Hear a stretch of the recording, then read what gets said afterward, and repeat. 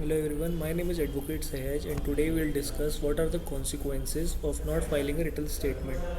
As per Order 8, Rule 10, if any person who is required to file a written statement does not do so within the time period prescribed or permitted by the court shall pronounce a judgment against him or issue an order and a decree shall be drawn upon the pronouncement of the judgment.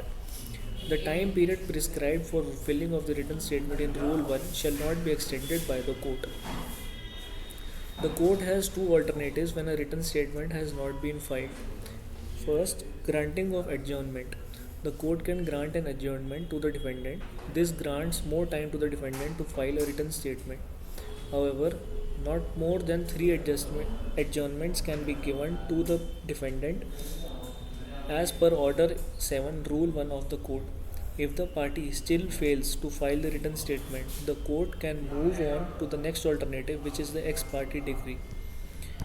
Now, the second consequence of not filing a written statement within the specified time is passing an ex parte decree.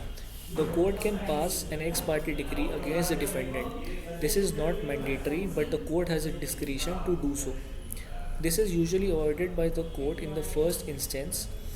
However, if the party fails to file a written statement in spite of many chances or adjournments, the court can resort to passing an ex parte decree against the defendant.